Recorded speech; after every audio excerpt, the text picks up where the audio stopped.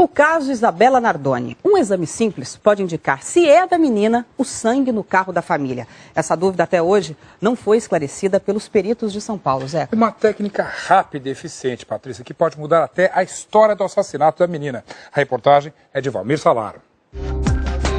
Eliseu Fagundes de Carvalho é um dos principais especialistas do Brasil em análise de DNA. Ele afirma: amostras de sangue de Ana Carolina Oliveira, mãe de Isabela, podem ser fundamentais para esclarecer parte do que aconteceu na noite do assassinato. Em termos de análise genética, o caso ainda precisa ter continuidade. A pedido do Fantástico, o cientista analisou os exames feitos pelos peritos de São Paulo.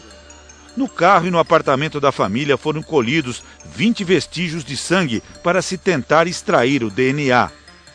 Para comparar com as manchas de sangue encontradas, os peritos colheram amostras do sangue de Isabela, do pai, Alexandre Nardoni, e da madrasta, Ana Carolina Jatobá.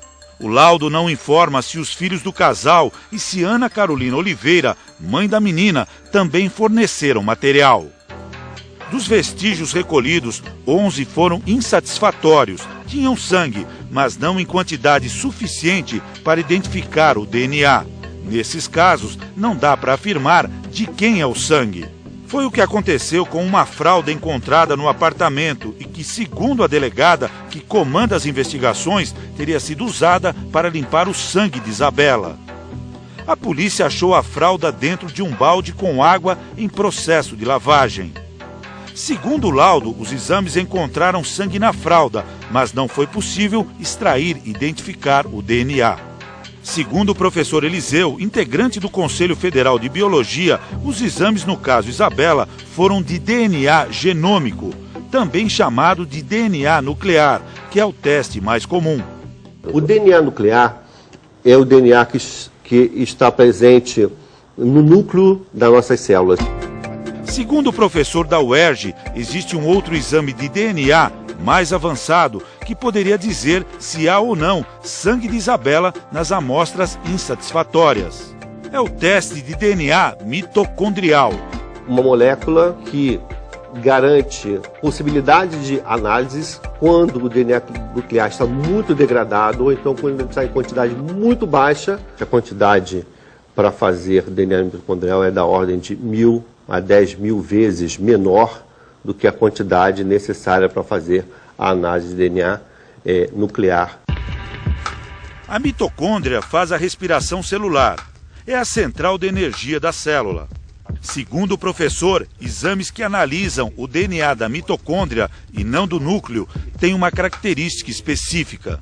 O DNA mitocondrial, ele é uma herança exclusivamente materna. O professor Eliseu Fagundes de Carvalho já esteve à frente de mais de 30.000 análises de DNA, 300 delas relacionadas a investigações criminais. Ele afirma que se esse exame for feito usando amostras de sangue de Ana Carolina Oliveira, mãe de Isabela, seria possível saber com mais precisão se na mancha encontrada na cadeirinha do bebê há ou não sangue da menina. A resposta, tanto para a defesa quanto para a acusação, é considerada decisiva para explicar o que aconteceu na noite do crime.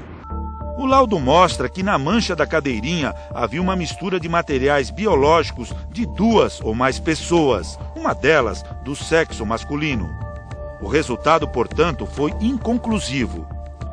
Na tabela com o resultado dos exames de DNA, é possível notar que nessa mistura da cadeirinha foi descoberto, inclusive, material genético que não pertence a nenhuma das pessoas que tiveram o sangue analisado. Na hora de comparar o material na cadeirinha com os sangues de Isabela, do pai e da madrasta, havia trechos de DNA que simplesmente não batiam.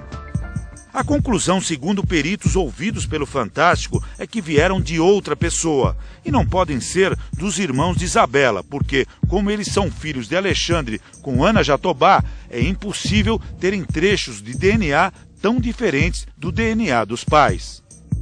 Este professor da Universidade Federal do Rio, que também analisou os laudos, diz que uma das explicações possíveis é que outras pessoas tenham estado no carro, como um amigo da família ou alguém que limpou o veículo.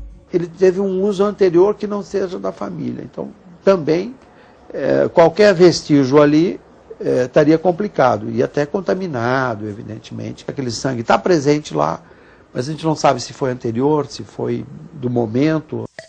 Já sobre o sangue no apartamento, o laudo aponta, é recente. Apesar da dúvida em relação à cadeirinha e à fralda, Massini considera que os laudos têm indícios muito fortes contra o casal, como as marcas da rede de proteção da janela na camiseta de Alexandre Nardoni, a ausência de vestígios de alguém que não fosse da família no apartamento e o pouco tempo que uma terceira pessoa teria para cometer o crime e fugir sem ser visto. E a gente fica com uma série de interrogações que eu acredito não serão suficientes para criar um embaraço maior, nem na denúncia deles e nem no julgamento. E para o professor Eliseu de Carvalho, a ciência ainda tem um papel na investigação. Todas essas informações ainda podem ser coletadas e poderão ajudar em relação ao que aconteceu no caso em que a vítima foi Isabela.